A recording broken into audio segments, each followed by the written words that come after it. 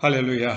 2020년 8월 30일 주일 예배를 하나님께 함께 드리시겠습니다. 하나님이여, 주께서 어찌하여 우리를 영원히 버리시나이까? 어찌하여 주께서 기르시는 양을 향하여 진노의 연기를 뿜으시나이까? 주의 대적이 주의 회중 가운데에서 떠들며 자기들의 깃발을 세워 표적으로 삼았으니 그들은 도끼를 들어 삼림을 베는 사람 같으니이다. 그들의 마음속으로 이르기를 우리가 그들을 진멸하자 하고 이 땅에 있는 하나님의 모든 회당을 불살랐나이다. 아버지 하나님, 하나님의 교회를 대적하는 세력들이 중국에서부터 이 땅에까지 침범해 들어왔습니다. 아버지 하나님, 이 땅의 교회들을 주께서 보존하여 주시고 하나님의 예배를 금지케 만드는 그 모든 바이러스들을 소멸시키시며 혹여라도 바이러스를 이용해서 자신들에게 비우호적이라고 생각하는 교회를 대적하는 세력이 있다면 하나님께서 그들을 소멸시켜 주시옵소서. 아버지 하나님, 이제 중국에서 교회를 잔멸하던 자들을 주께서 소멸시키시며 이 지구상에서 하나님의 교회를 대적하는 모든 세력들을 하나님께서 소멸시켜 주시옵소서. 예수님의 이름으로 기원하옵나이다. 아멘. 다 함께 사도신경으로 신앙 고백 드리십니다. 나는 전능하신 아버지 하나님, 천지의 창조주를 믿습니다. 나는 그의 유일하신 아들 우리 주 예수 그리스도를 믿습니다. 그는 성령으로 잉태되어 동정녀 마리아에게서 나시고 본디오 빌라도에게 고난을 받아 십자가에 못 박혀 죽으시고 장사된 지 사흘 만에 죽은 자 가운데서 다시 살아나셨으며 하늘에 오르시어 전능하신 아버지 하나님 우편에 앉아 계시다가 거기로부터 살아있는 자와 죽은 자를 심판하러 오십니다. 나는 성령을 믿으며 거룩한 공교회와 성도의 교제와 죄를 용서받는 것과 몸의 부활과 영생을 믿습니다. 아멘. 다 함께 29장 찬송하시겠습니다. 29장입니다.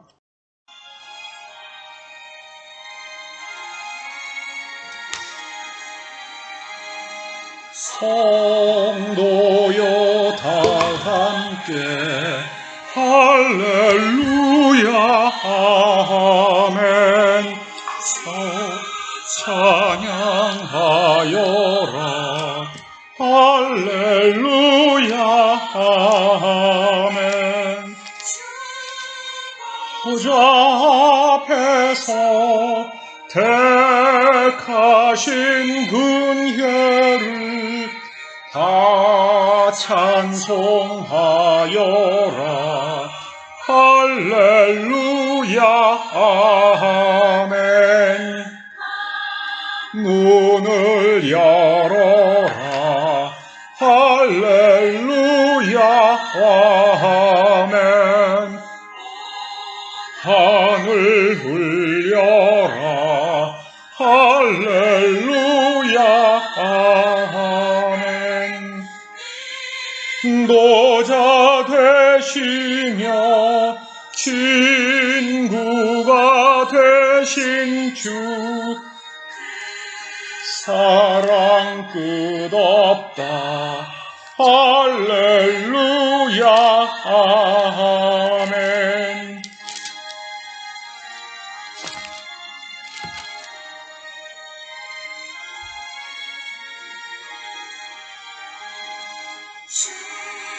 찬양하여라 할렐루야 아멘. 찬양은 끝없다. 할렐루야 아멘. 거룩한 집에서 준청 기리며 늘 찬송 부르자. 할렐루야 아멘.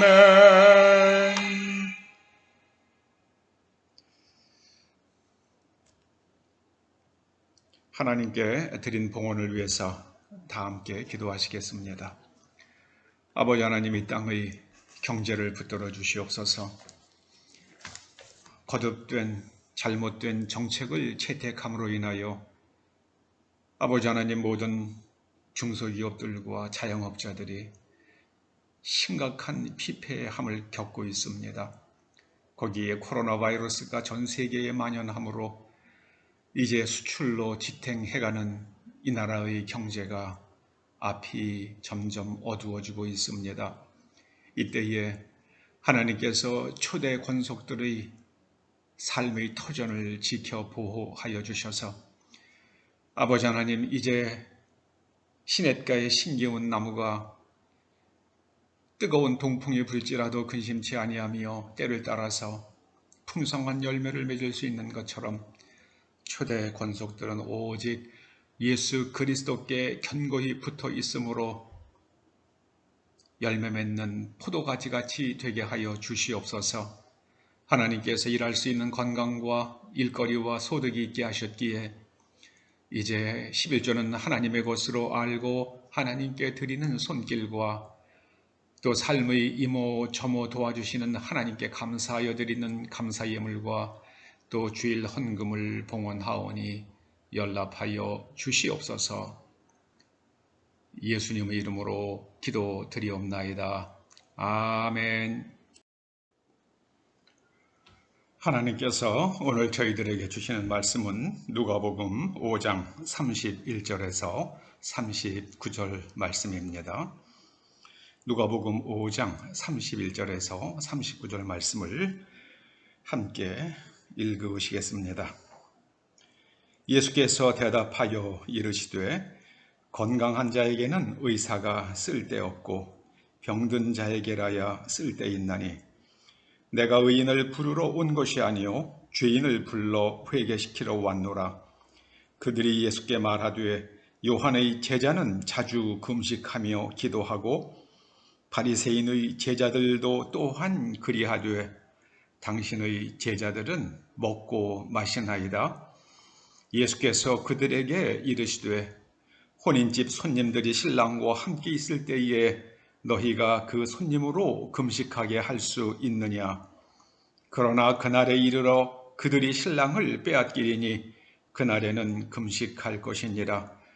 또 비유하여 이르시되 새 옷에서 한 조각을 찢어 낡은 옷에 붙이는 자가 없나니 만일 그렇게 하면 새 옷을 찢을 뿐이요 또 새 옷에서 찢은 조각이 낡은 것에 어울리지 아니하니라.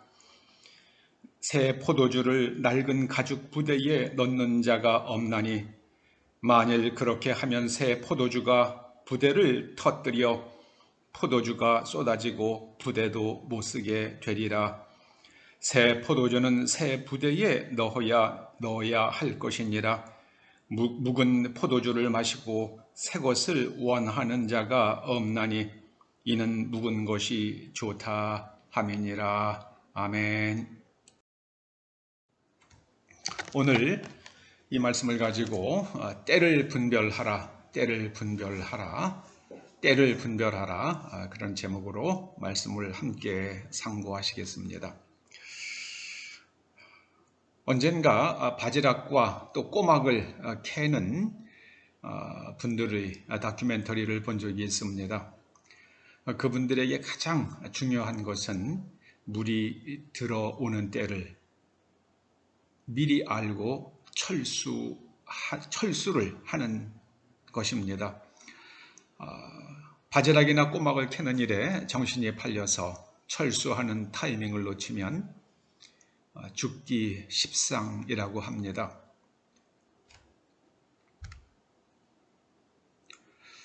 오늘 바리새인들과 그들의 서기관들이 예수님을 공격합니다. 그들이 예수님께 이렇게 질문을 드립니다. 요한의 제자는 자주 금식하며 기도하고 바리새인의 제자들도 또한 그리하되 당신의 제자들은 먹고 마시나이다. 이게 지금 예수님의 제자들을 공격하는 겁니까? 아니면 예수님을 공격하는 겁니까? 요한도 제자들을 똑바로 가르쳐서 금식하고 기도하게 만들고 자기들도 제자들을 똑바로 가르쳐서 금식하고 또 기도하게 만드는데 당신의 제자들은 금식도 하지 않고 또 기도도 하지 않습니다. 그러니 당신이 잘못 가르쳐서 그런 것 아닙니까? 또 한 걸음 더 나아가면 당신의 교훈이 다 잘못된 겁니다. 이제 지금 예수님을 그렇게 공격하는 겁니다. 이에 예수님께서 이렇게 말씀하십니다. 지금은 금식하고 기도할 때가 아니다. 이렇게 말씀하십니다. 왜냐하면 지금 예수님의 제자들은 하나님의 아들과 함께 있는 그 시간을 즐기는 때이다. 그렇게 말씀하십니다. 이 때를 아는 것이 중요합니다. 중학교 때, 이제 중학교 1학년 때 어떤 시간에 선생님이 그렇게 교훈을 하신 게 평생 잊혀지지 않습니다. 학생이라고 매일 공부만 하면 나중에는 오히려 공부를 못하게 된다. 무릇 공부할 때 공부하고 놀 때 실컷 놀아라. 공부할 때 공부하고 놀 때 놀아라. 근데 이 선생님께서 공부 못하는 학생들을 잘 지켜보니까 놀면서는 공부해야 되는데 그래서 그 걱정 때문에 제대로 놀지를 못하고 또 공부할 때는 놀고 싶어 그러면서 공부에 집중하지 못하더라는 겁니다. 때를 아는 것이 중요합니다. 지금은 어느 때입니까? 결론부터 말씀드리면 하나님께서 중국 공산당의 악행에 대해 심판을 시작하시는 때입니다. 중국 공산당이 중국에 있는 모든 교회들을 파괴했습니다. 십자가를 불태우고 건물들을 다이너마이트로 폭파시켰습니다. 그런 악행들에 대해서 하나님께서 이제 심판하시는 일이 시작된 때입니다. 중국은 무려 80일 가깝게 비가 내리고 있습니다. 이게 가능한 일입니까? 중국 사람들이 한 번도 경험해 보지 못한 그런 홍수라고 합니다. 그럼 우리가 하나님의 심판이 임한 줄 어떻게 알 수 있는가? 마태복음 16장 1절에는 예수님께서 하늘을 보고 너희가 날씨를 아는 것처럼 하나님의 표적을 보고 시대를 분별하라 그렇게 말씀하셨습니다. 먼저 마태복음 16장 한번 1절에서 3절 말씀을 한번 읽어보십시다. 바리새인과 사두개인들이 와서 예수를 시험하여 하늘로부터 오는 표적 보이기를 청하니 예수께서 대답하여 이르시되 너희가 저녁에 하늘이 붉으면 날이 좋겠다 하고 아침에 하늘이 붉고 흐리면 오늘은 날이 굳겠다 하나니 너희가 날씨는 분별할 줄 알면서 시대의 표적은 분별할 수 없느냐. 하늘을 보고 그 다음날 날씨를 짐작할 수 있는 것처럼 세상에서 일어나고 있는 일들을 관찰하면 지금이 어느 때인지 알 수가 있습니다. 중국 개혁과 개방을 총 설계한 사람은 덩샤오핑입니다. 그가 1992년에 남쪽 지방을 돌면서 도광양회라는 말을 했다고 합니다. 이 말의 뜻은 자신을 낮추고 때를 기다리며 실력을 기른다는 뜻입니다. 이것을 외교 노선으로 채택했습니다. 그러니까 전 세계의 선진국, 미국과 영국, 프랑스, 독일 같은 나라 앞에서 낮추고 때를 기다리며 실력을 기르라 그랬던 겁니다. 이렇게 했던 이유는 1991년에 소련이 미국에 의해서 해체되는 것을 보면서 만약에 중국이 미국의 새로운 적으로 견제를 받기 시작한다면 중국 발전은 더 이상 없다고 판단했기 때문입니다. 정말 공산주의자지만 지혜로운 통찰이었습니다. 등소평이 보기에 중국은 몸집은 크지만 힘은 없는 상태였습니다. 더불어 덩샤오핑은 도광양회와 더불어 절대로 우두머리가 되려 하지 말라고 했습니다. 이 말의 뜻은요, 다른 나라에게 콩나라 판나라 하지 말라는 뜻입니다. 다른 나라의 일에 간섭하지 말라고 했습니다. 그는 97년 세상을 떠나기 전에 앞으로 50년 동안은 절대로 미국에 맞서지 말라는 유훈을 남겼다고 합니다. 이런 원칙들은 시진핑이 주석의 권좌에 오르기 전까지는 그런대로 지켜졌습니다. 2012년 11월에 시진핑이 주석이 되면서 중국몽을 내세웠습니다. 중국몽, Chinese Dream. 이 중국몽이란 것은 중화민족의 위대한 부흥을 말합니다. 서방 나라들에 의한 그 아편전쟁의 굴욕을 씻고 청제국의 위상을 회복하자는 것이었습니다. 그가 권좌에 오르고 한 5년여 지난 2017년 19차 당대회 업무보고에서 군사력 팽창을 선언했습니다. 2050년에는 미국을 능가하는 세계 인류 군대를 건설하겠다고 선언했습니다. 그는 군복을 입고 싸워 이기는 군대를 만들라고 주문했습니다. 누구와 싸우자는 것입니까? 미국과 싸우자는 겁니다. 2017년 1월 대통령에 취임한 트럼프는 만일 중국을 이대로 두었다가는 이 큰일 나겠다는 생각을 합니다. 누구라도 그렇게 생각했을 겁니다. 그래서 이제 중국을 흔들기 시작을 합니다. 먼저 중국이 가지고 있는 미사일 체계를 무력화시킬 수 있는 방법을 찾으려고 그는 우주군을 창설했습니다. 그래서 현재 지금 세계의 그 모든 미사일들과 비행기들은 미국이 이제 제공하고 있는 GPS를 이용합니다. 그래서 중국도 자기 나름의 위치를 찾을 수 있는 그런 위성 시스템을 개발하고 이제 지금 쓰기 시작했습니다.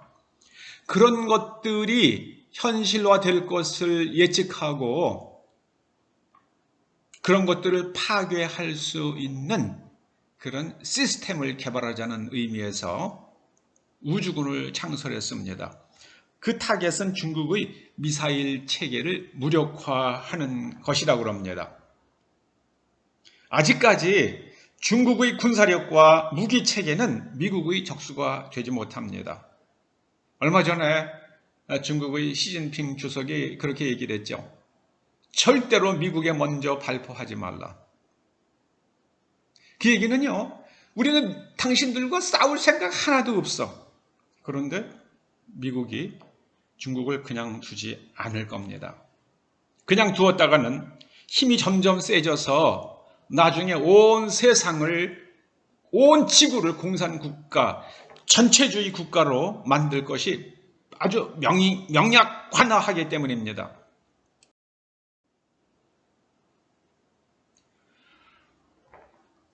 (2012년 11월) 시진핑 주석이 취임하면서 그의 오른팔로 불리는 중국 공산당 정치국 기율검사위원회 서기였던 왕치산은 전문가 좌담회를 소집합니다. 그 자리에서 그는 19세기 프랑스의 유명한 정치학자 토크빌이 쓴 앙시앙 레짐과 프랑스 혁명이라는 책을 한 권씩 돌렸다고 합니다. 돌린 이유는 그 책에 나오는 바 토크빌의 역설이라는 대목 때문이었습니다. 핵심은 이겁니다. 프랑스 혁명이 일어났던 것은 폭정이나 부패가 극에 달해서 민중의 삶이 도탄에 빠졌을 때가 아니라 물질적 상황이 좋아지는 것과 같은 그렇게 상황이 호전될 때 일어난다는 것입니다. 혁명은 오히려 상황이 호전될 때 일어난다는 것입니다. 이유는 시정되지 않는 문제점들을 더 이상 참기 힘들기 때문이라는 것이 토크빌의 통찰이었습니다.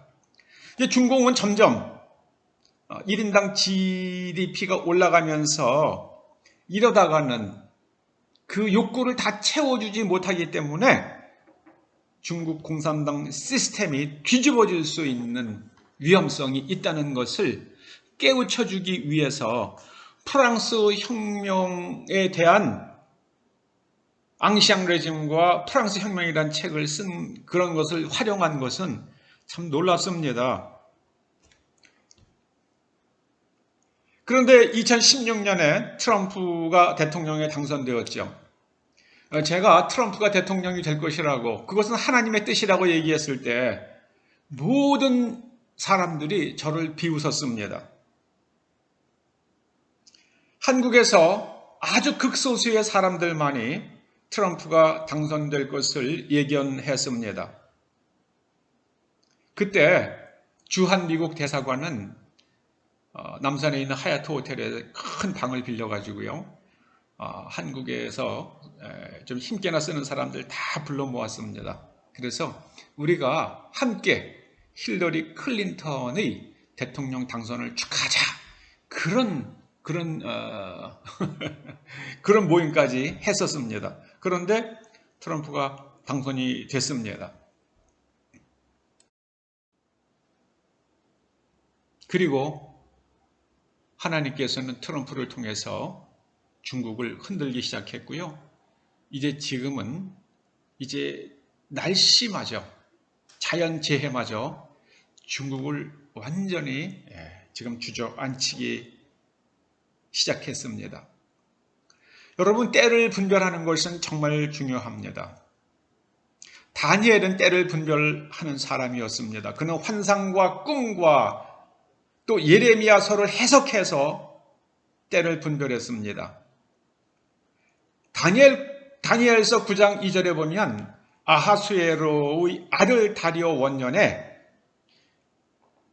예레미야서에 기록된 바 70년이 차면 이스라엘 백성들, 바벨론의 포로로 끌려갔던 이스라엘 백성들이 옛 땅으로 돌아오게 될 것이라는 하나님의 말씀을 깨닫습니다.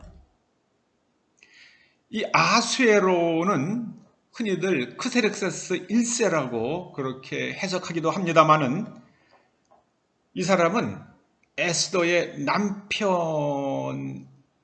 실은 아스티아게스라는 사람이라고 합니다. 이 크세르크세스 1세로 이 아하수에로를 갖다 붙이게 되면 연대가 맞지를 않습니다. 그런데 아스티아게스로 설정을 하면 이게 딱 맞아 떨어집니다. 성경을 잘 해석하면 하나님의 타이밍을 분별할 수 있습니다. 우리도 기록된 말씀을 통해서 때를 분별할 수 있겠습니다. 지금은 어떤 때입니까? 계시록 16장부터 일곱 나팔에 이어서 일곱 대접의 재앙이 나옵니다. 첫째 천사가 대접을 땅에 쏟음에 짐승의 표를 받은 사람들과 그 우상에게 경배하는 자들에게 악하고 독한 종기가 납니다. 악하고 독한 종기는 암을 말합니다. 여러분, 짐승의 표를 받는 사람들, 어떤 칩이나 그런 것들을 인체에 삽입하게 되면 암이 폭발적으로 일어날 것입니다. 여러분 새겨 들으시기 바랍니다. 여러분의 몸속에 어떤 이유로도 인공물, 칩이나 이런 것들을 삽입하는 것을 거절하시기 바랍니다. 둘째 천사가 대접을 바다에 쏟음에 바다가 죽은 자의 피같이 되었습니다. 여러분, 바다가 죽은 자의 피같이 된다는 게 무슨 뜻이겠습니까? 수온의 상승으로 인해서 심각한 적조 현상이 일어나는 것을 가리킵니다. 수온이 상승하면서 태풍의 크기가 굉장히 강해졌습니다. 지금 미국도 허리케인이 어마어마하게 세게 불고 있죠.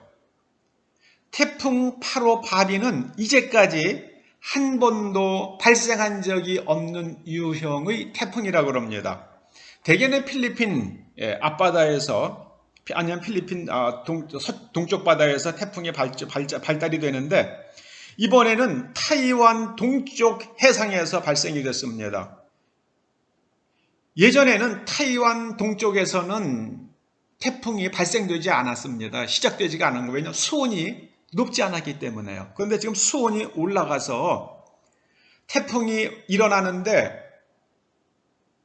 수증기 양이 엄청나기 때문에 비를 굉장히 많이 뿌리고요. 거기에다가 또 기압도 아주 낮아서 바람도 엄청납니다. 미국의 허리케인도 바람 풍속이 엄청나고요. 이번에 태풍 8호 바비도 풍속이 엄청났습니다.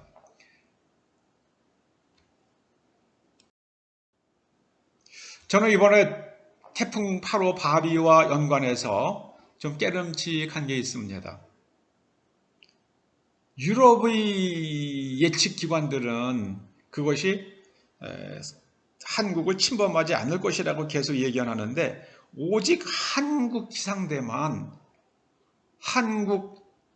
이 한반도를 통과할 거라고 계속 그렇게 얘기했습니다. 그래서 온 국민들이 공포에 질렸죠. 그런데 어떻게 됐습니까? 유럽이 맞았죠. 근데 한국이 틀렸는데 거꾸로 한국만 맞았다고 또 주장하더라고요. 야, 이게 아주 정말 요새는 여러분 주장하면 장땡입니다. 주장하면 아주 그냥 세 번째 천사가 대접을 강과 물 근원에 쏟자 중국의 모든 강들이 핏빛으로 변했습니다. 이제 온도가 올라가고요. 그리고 지금 강과 물 근원 이제 그런 지금 홍수가 나가지고요. 거기에 이제 적조 현상들 그리고 뭐 소위 말하는 녹찰라떼 현상들이 생겨가지고 그 고인물들이 썩어서 말도 못한답니다. 한국 언론은 절대로 그런 거 보도 안 하죠. 한국 언론은 여러분 중국 기관지라고 생각하시면 됩니다. 그 정도 차원으로 중국에 관한 기사에 관해서는 중국 기관지라고 생각하시면 돼요. 조선, 중화, 동화 다 그렇습니다. 한겨레, 문화 다 그렇습니다. 어떻게 할 수 있는가? 중국의 네티즌들이 그걸 찍어가지고 올린 것을 한국의 유튜버들이 캡처해가지고 그래가지고 알려주기 때문에 알 수 있는 겁니다. 그런데 그것에 대해서 하나님께서 이렇게 말씀하십니다. 그들이 성도들과 선지자들의 피를 흘렸으므로 그들에게 피를 마시게 하신 것이 합당하니이다. 중국 공산당이 기독교 신자들을 참혹하게 박해했기 때문에 이제는 그들이 마실 물이 극히 부족하게 될 것입니다. 넷째 천사가 대접을 해에 쏟았습니다. 그러자 해가 권세를 받아서, 해가 권세를 받는다는 것은 해가 굉장히 활동이 활발해진다는 뜻입니다. 불로 사람들을 태우니, 아주 비가 안 온다는 뜻입니다. 엄청난 흑점 현상이 있을 것입니다. 지금은 솔라 미니멈이 일어나고 있어요. 작년에도 올해도. 솔라 미니멈은 1년 중에 흑점이 관찰되지 않는 날수가 70%가 넘어가는 것을 말합니다. 그런데 이제 곧 흑점 활동이 어마어마하게 활발해질 겁니다. 그러면 그 결과는 참혹한 한발입니다. 식량이 심각하게 부족하게 되는 일들이 일어날 것입니다. 그 사람들이 하나님의 이름을 비방하며 그러면서 회개하지 않습니다. 다섯째 천사가 대접을 짐승의 왕좌에 쏟음에, 짐승의 왕좌, 이건 붉은 군대를 말합니다. 그 나라가 곧 어두워지고 사람들이 아파서 자기 혀를 깨물고 아픈 것과 종기로 말미암아 하늘의 하나님을 비방하고 그들의 행위를 회개하지 아니하더라. 중국은 이제 수많은 질병들이 일어날 겁니다. 코로나 바이러스 19에 의한 코비드 19에 이어서 더 많은 질병들이 중국을 흔들 겁니다. 저는 중국 사람들이 빨리 깨어나기를 간절히 소망합니다. 그들이 하나님을 이길 수가 없습니다. 하나님을 대적할 수가 없습니다.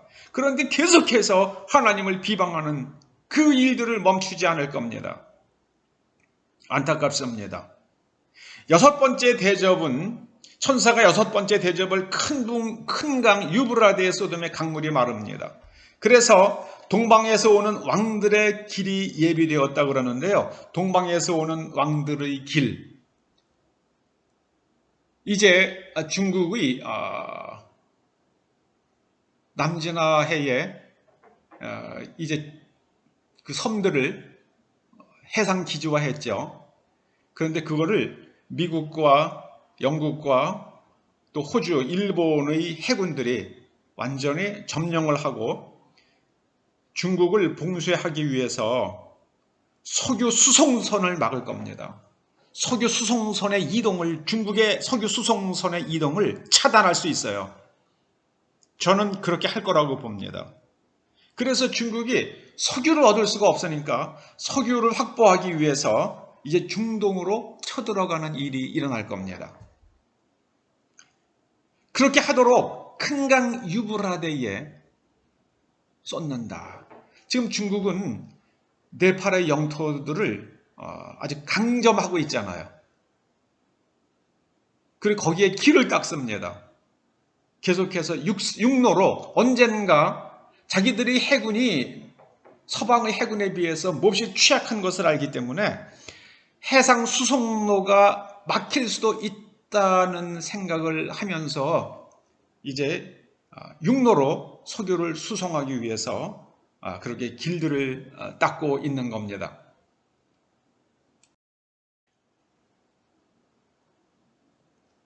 그러자 개구리 같은 새 더러운 영이 용의 입은 용의 나라 중국입니다. 그리고 짐승의 입, 이것은 러시아입니다. 불곰의 나라 러시아, 그리고 거짓 선지자의 입에서 나오니, 거짓 선지자, 거짓말하는 나라. 그들은 거짓의 영이라 온 천하 왕들에게 가서 하나님의 큰 날에 있을 전쟁을 위하여 그들을 모으더라. 이제 전 세계가 블록화할 겁니다. 이제 미국을 중심으로 하는 블록, 그리고 중국과 러시아를 중심으로 하는 블록이 만들어질 겁니다. 여기 거짓 선지자의 나라는 제가 볼 때는 이란이라고 생각을 합니다. 이란. 그래서 중국과 러시아와 이란이 하나가 되고, 그 다음에 미국과 서방 세계가 하나가 되어서 큰 전쟁을 하게 될 것입니다. 주님께서 말씀하십니다. 하나님의 큰 날에 있을 전쟁을 위하여 그들을 모으더라. 이제는 보라 내가 도둑같이 오리니 누구든지 깨어 자기 옷을 지켜 자기 오실을 지킨다는 말씀은요. 사람의 삶, 남에게 보여지는 삶의 영역조차 아주 의롭고 단정해지는 것을 말합니다. 자기의 부끄러움을 보이지 아니하는 자는 복이 있도다. 이 세 영이 아마겟돈이라 하는 곳으로 왕들을 모으도다. 이제 거기서 큰 전쟁이 터질 가능성이 매우 높습니다. 7번째 천사가 대접을 공중에서 씁니다. 공중에. 그러자 큰 지진이 일어납니다. 얼마나 큰지 사람이 땅에 있어 온 이래로 이같이 큰 지진이 없었다. 이런 지진이 일어납니다. 진도 9.5 혹은 그 이상 10.0 가는 큰 지진이 일어납니다. 그래서 큰 성이 나라 자체가 세 갈래로 갈라져요. 중국이 세 갈래로 갈라집니다. 중국에 엄청난 단층이 발생하면서 중국이 세 쪽으로 갈라지고 그리고 만국의 성들도 여러 나라가 무너집니다. 큰 성 바벨론이 하나님 앞에 기억하신 바 되어 그의 진노의 포도주 잔을 받음에 하나님께서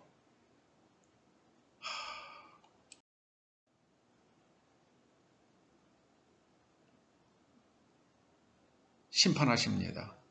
이제는 각 섬도 없어지고 산악도 간데 없더라. 섬들이 없어집니다. 얼마나 큰 지진이면 섬들이 없어지겠습니까? 세계적인 그런 non 크리스찬 예언자들이요. 비기독교 예언자들 가운데에 일본 열도의 침몰을 말한 사람들이 더러 있었습니다. 글쎄 섬들이 없어져요. 그리고 어떤 섬 산악조차도 그냥 땅속에 가라앉는 그런 일들이 일어난다 말씀하십니다. 그리고요. 무게가 한 달란트 60kg에 나가는 우박이 떨어진다 그러십니다. 그런 우박이 하늘로부터 사람들에게 내림에 사람들이 그 우박의 재앙 때문에 하나님을 비방하니 그 재앙이 심히 크기 때문이다. 여러분 60kg짜리 우박이 떨어지면은 이건 뭐 우박이 얼마나 해야 60kg가 되겠습니까? 60리터라고 생각을 하시면 돼요. 60리터. 60리터요. 그 우박이 생수통 큰 거 있잖아요. 그게 20리터니까 18리터, 20리터쯤 되니까요. 그거 3개만한, 여러분 석유통 그게 20리터거든요. 그거 3개 합친 것만한 우박이 땅에 떨어지면 뭐 건물이 그냥 다 파괴되죠. 웬만한 주택은 다 부서집니다. 그때 하나님께서 물 위에 앉은 큰 음녀, 땅의 임금들과 더불어 음행하는 그리고 땅에 사는 사람들을 포도주로 취하게 만드는 여러분 음행이라는 것은 이게 창기를 말합니다. 그런데 창기가 왜 다른 남자들과 그런 관계를 갖는 겁니까? 돈 때문에 그렇죠. 그 성경에서 임금들과 음행을 한다는 것은 남색을 한다는 게 아니고요. 그거는 돈을 뇌물을 주고 그래서 그 정치 지도자들을 포섭하고 언론을 포섭하고 학자들을 포섭해서 그들이 마땅히 살아야 할 길을 살지 못하게 하는 것을 성경이 음행이라고 말합니다. 저는 이건 차이나몬이라고 저는 해석합니다. 그 음녀가 붉은 빛 짐승을 탔습니다. 그 음녀는 차이나죠. 공산 차이나입니다. 그리고 붉은 짐승, 붉은 군대. 그 짐승의 몸에 하나님을 모독하는 이름들이 가득하고 7머리와 10뿔이 있으며 7머리와 10뿔. 제가 이거를 한번 해석을 이렇게 합니다. 7머리는 7명이에요. 그 10뿔은 10번의 10대, 10번의 1대, 2대, 10대의 중국 주석을 말합니다. 7머리는 7명이에요. 마오쩌둥이 1대 주석이죠. 2대, 3대 주석을 지낸 류사오치, 4대 주석을 지낸 리셴넨, 그리고 5대 주석을 지낸 양상쿤, 6대, 7대 주석을 지낸 장쩌민, 8대, 9대 주석을 지낸 후진따오, 그리고 현재 시진핑이 10대 주석인데 그는 종신이니까 이제는 거기서 끝나는 겁니다. 그래서 이게 지금 7명이 돼요. 시진핑까지요. 7머리죠.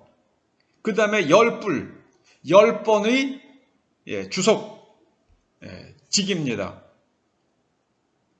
계시록 17장 14절은 그 음녀가, 붉은빛 짐승을 탄 음녀가 어린 양과 더불어 싸우려니와, 이거 어린 양은 기독교죠. 그리스도의 몸된 기독교입니다. 중국 공산당이 기독교를 아주 박해하잖아요. 정말 어린 양과 더불어 싸우고 있습니다. 그리고 나서는 그 큰 성 바벨론이 무너질 것을 계시록 18장에서 말씀합니다. 그 음행의 진노의 포도주로 말미암아 만국이 무너졌으며, 이거는요 많은 나라들이 그 1대1로에 참여하고 돈을 받았으면서 정치가들이, 그래서 나라들이 이제 피폐해졌잖아요. 또 땅의 왕들이 그와 더불어 음행하였으며 많은 정치인들이 중국으로부터 돈을 받았었어요. 미국의 지금 민주당 대통령 후보인 조 바이든의 아들이 중국으로부터 1조 원이 넘는 돈을 투자받아가지고 그 돈 가지고 큰 부자가 됐다고 그러지 않습니까? 그게 바로 땅의 왕들이 그와 더불어 음행하였으며 또 땅의 상인들도 그 사치의 세력으로 치부하였도다. 중국 때문에 돈 번 사람들 많죠. 대표적인 게 빌 게이츠죠. 그리고 애플이 그렇죠. 구글이 또 그렇습니다. 중국 때문에 돈 번 미국의 기업들이 많습니다. 그 다음에 텐센트나 바이두 같은 것을 미국에 상장하면서 미국의 회계 기준을 지키지 않도록 그렇게 특혜를 주면서 상장시켜가지고 굉장히 많은 금전적 이득을 본 사람들이 미국에 많죠. 그 하나님께서 계시록 18장 4절에서 말씀하십니다. 내 백성아, 거기서 나와 그의 죄에 참여하지 말고 그가 받을 재앙을 받지 말라. 그의 죄는 하늘에 사무쳤으며 하나님은 그의 불의한 일을 기억하신지라. 여러분, 중국과 관련되는 일에 끼어들어가지 마시기 바랍니다.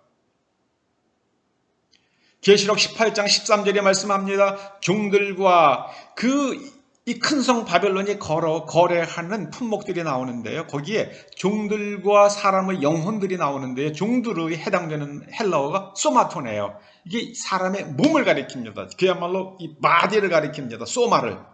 그리고 사람의 영혼.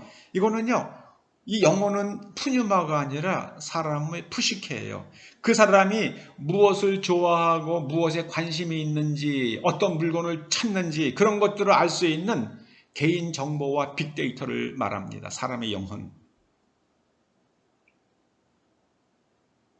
계시록 18장 14절이 말씀합니다. 내 영혼이 탐하던 과일. 바로 그 음녀 큰 성 바벨론의 영혼이 탐하던 과일, 돈이죠. 그것이 탐하던 과일이 내게서 떠났으면 중국에 이제 돈이 많을 겁니다. 중국에서 돈이 없어질 것입니다. 해외 은닉 재산들, 중국의 정치인들과 기업인들이 해외에 은닉한 재산이 우리나라 돈으로 경을 넘어간대요. 그게 몰수되는 일이 일어날 수도 있습니다. 그리고 나중에 세상에 다 정돈되고 나서 보니까는요, 계시록 18장 24절에 죽임을 당한 모든 자의 피가 그 성 중에서 발견될 것이다. 사람들이 어떻게 죽어갔는지 이제 그 증거들이 낱낱이 까발려지게 될 것입니다. 이제 하나님의 심판이 시작되었습니다. 트럼프의 재선과 함께 시작될 것입니다. 트럼프 재선의 가능성은 제가 보기에는 거의 90% 이상, 아니 100%라고 저는 봅니다. 그렇게 저는 느껴져요. 캐커라는 여성 예언자가 이런 예언을 했죠. 트럼프는 이미 오래전에요. 2016년에 한 예언입니다. 트럼프가 대통령이 될 것이다. 그리고 그는 재선에 성공할 것이다. 그리고 연이어서 트럼프 뒤를 이어서 2명의 공화당 대통령이 더 나와서 각기 8년씩, 그래서 총 24년을 공화당이 미국을 다스리면서 세계를 완전히 정돈할 것이다. 그런 예언을 했습니다. 그리고 트럼프에 대해서 캣커가 예언하기로요.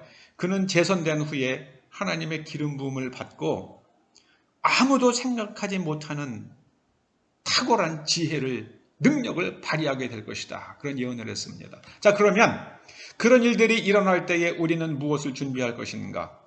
출애굽기 3장 22절에 보면은요, 이스라엘 백성들이 출애굽할 때에 너희들이 은과 패물과 금패물과 의복을 가지고 나가게 될 것이다. 그런 말씀이 나옵니다. 그런데 정말 이스라엘 백성들이 출애굽할 때에 애굽 사람들에게 이거 내놔라 저거 내놔라 그랬더니 애굽 사람들이 다 내줍니다. 그들이 구하는 대로 주게 하심으로 그들이 애굽 사람들이 물품을 취하였더라.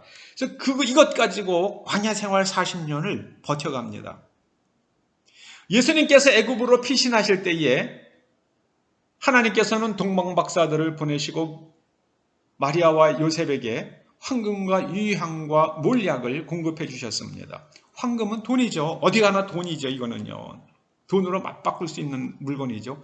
유향은 이거는 의약품입니다. 지금도 최고의 천연 항염 물질입니다.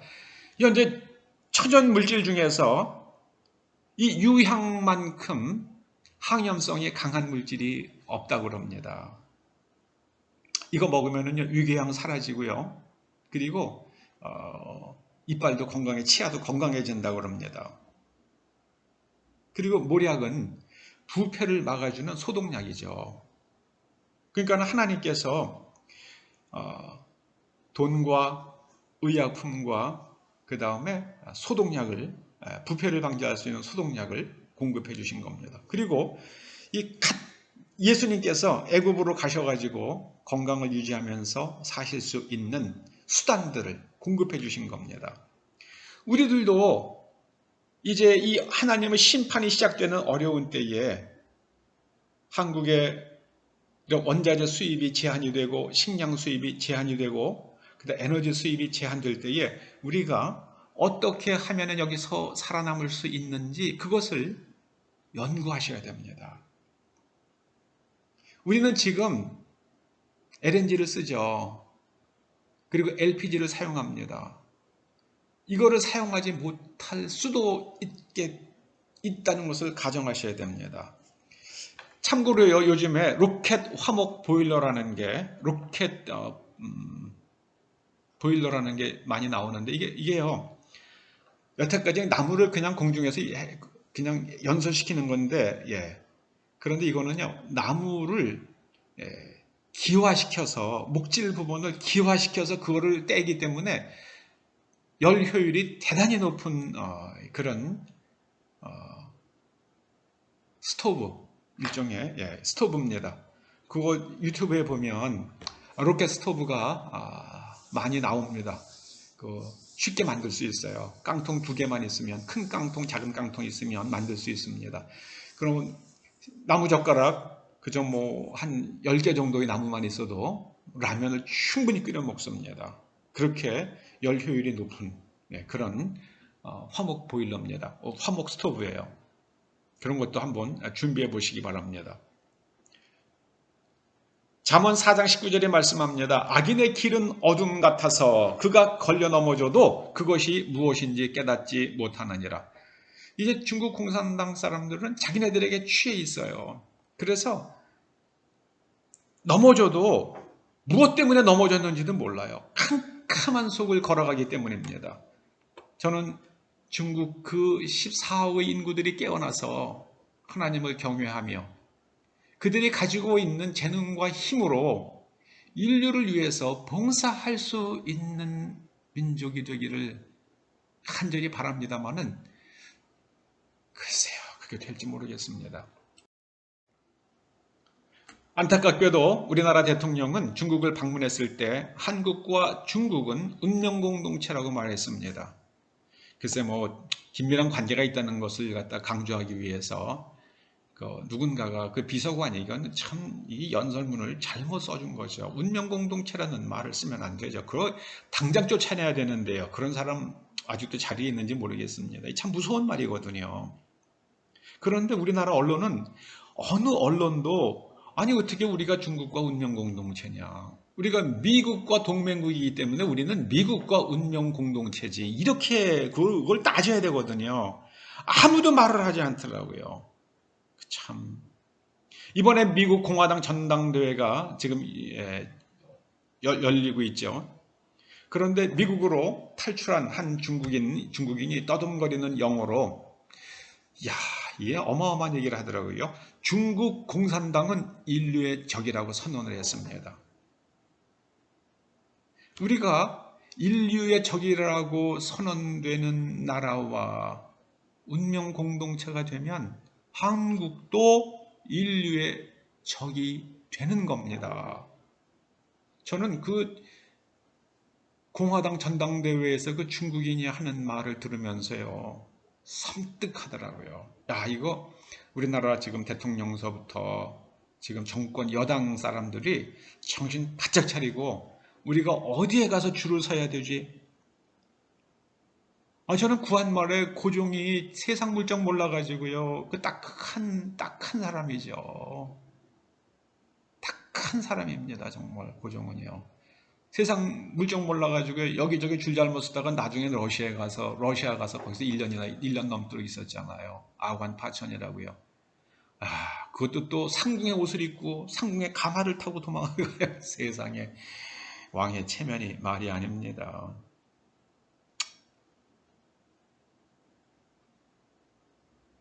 정말 딱한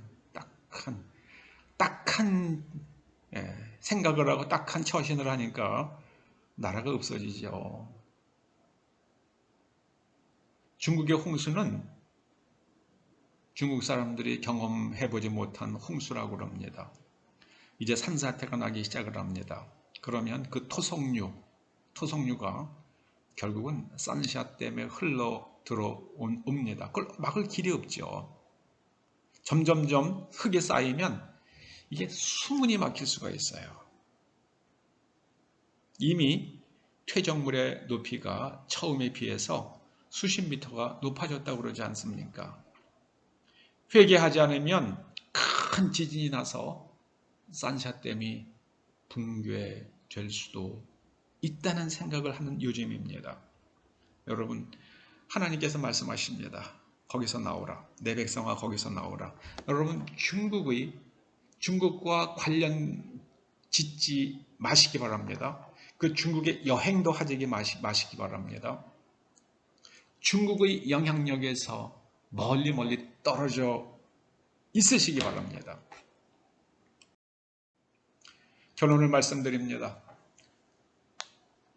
아까도 서두에 말씀드렸습니다만 하늘로부터 오는 표적 보이기를 청합니다. 예수님께서 말씀하십니다. 시대의 표적을 분별하라. 너희가 저녁에 하늘이 붉으면 날이 좋겠다 하고 아침에 하늘이 붉으면 오늘은 날이 굳겠다 하지 않느냐. 시대를 잘 관찰하고 그리고 어떤 일이 하나님께서 어디로 움직이시는지 하나님을 따라가야 됩니다. 계시록을 통해서 시대의 표적을 이미 보여주셨습니다. 해수면이 수온이 상승을 하고요. 호주에 산불이 나자 그 바람에 아프리카 동부에 많은 비가 내리고 큰 메뚜기떼가 형성이 됐습니다. 파키스탄과 인도가 엄청 많은 피해를 입었습니다. 이제 큰 지진이 나면 섬이 없어지고 산들이 사라지는 일들이 일어난다 말씀하십니다. 여러분 이제 집을 선택하실 때도 이런 산들이 흔들려서 산사태가 날 수 있는 그런 지형은 피하시기 바랍니다. 이제는 대지각 변동의 시대가 올 수 있습니다. 큰 성이, 저는 그 중국이라고 해석합니다마는 큰 지진으로 세 조각으로 나뉘어진다 말씀합니다. 이제 어떤 일들이 지구에 일어날지 하나님은 아십니다. 하나님께서는 이미 그 마지막 때에 예수님의 재림하실 때에 일어날 징조들을 말씀해 주셨습니다. 잘 깨어서 분별하시고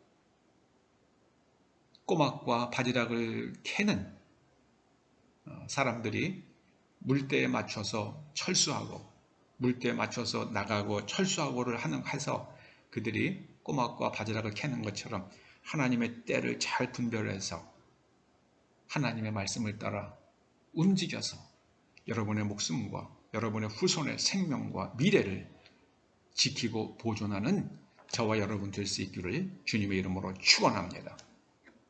기도하시죠. 아버지 하나님, 시대를 관찰하며 통찰하며 하나님의 말씀에 비추어서 세상을 해석하고 준비할 수 있는, 대비하는 지혜로운 사람들 되게 하여 주시옵소서. 예수님의 이름으로 기도드립니다. 아멘. 광고 드립니다. 제가 이렇게 좀 살펴보니까요, 이제 한 3달 안쪽으로 백신이 나올 것 같고요. 좋은 치료약도 나올 것 같고요. 그리고 이제 코로나19는 내년 봄이 되면 상당히 컨트롤 되기 시작할 겁니다. 이제 우리가 지금 예배를 자유롭게 드리지 못하지만 잠시만 인내하십시다. 하나님의 때가 반드시 옵니다. 우리 다 함께 찬송가 185장, 찬송가 185장 찬송하시겠습니다. 그리고요, 우리 하남시와 이 도서관 시설 문제로 지금 이제 얘기가 오고 가고 있는데요. 하여튼 잘 해결되기를 위해서 기도해 주시기 바랍니다. 찬송가 185장입니다.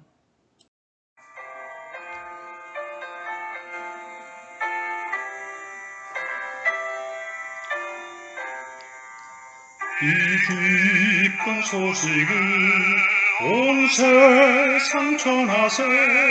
큰 환난 고통을 당하는 자에게 주 믿는 성도들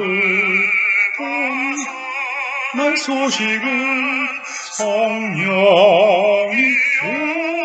오셨네. 성령이 오셨네. 성령이 오셨네. 내 주님 보내신 성령이 오셨네. 이 기쁜 소식을 온 세상 전하세. 성령이 오셨네.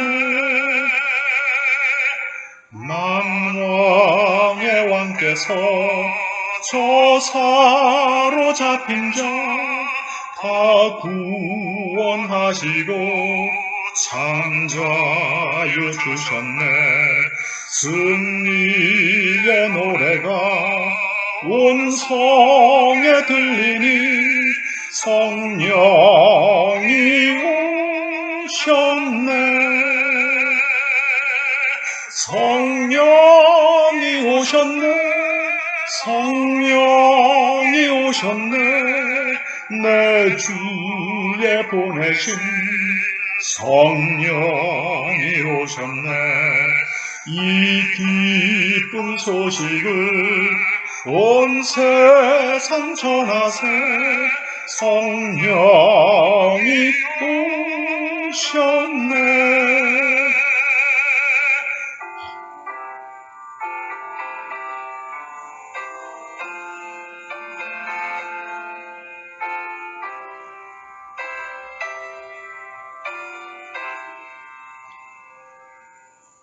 한없는 사랑과 그 크신 은혜를 늘 의심하면서 안 믿는 자에게 내 작은 입으로 곧 증거하리니 성령이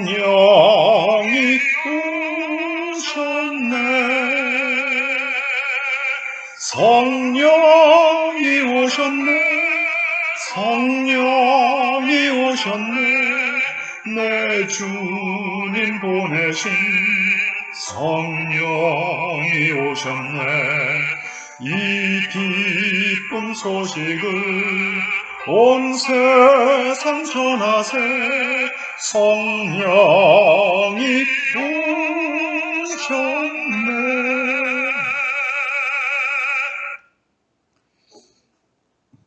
축도하시겠습니다.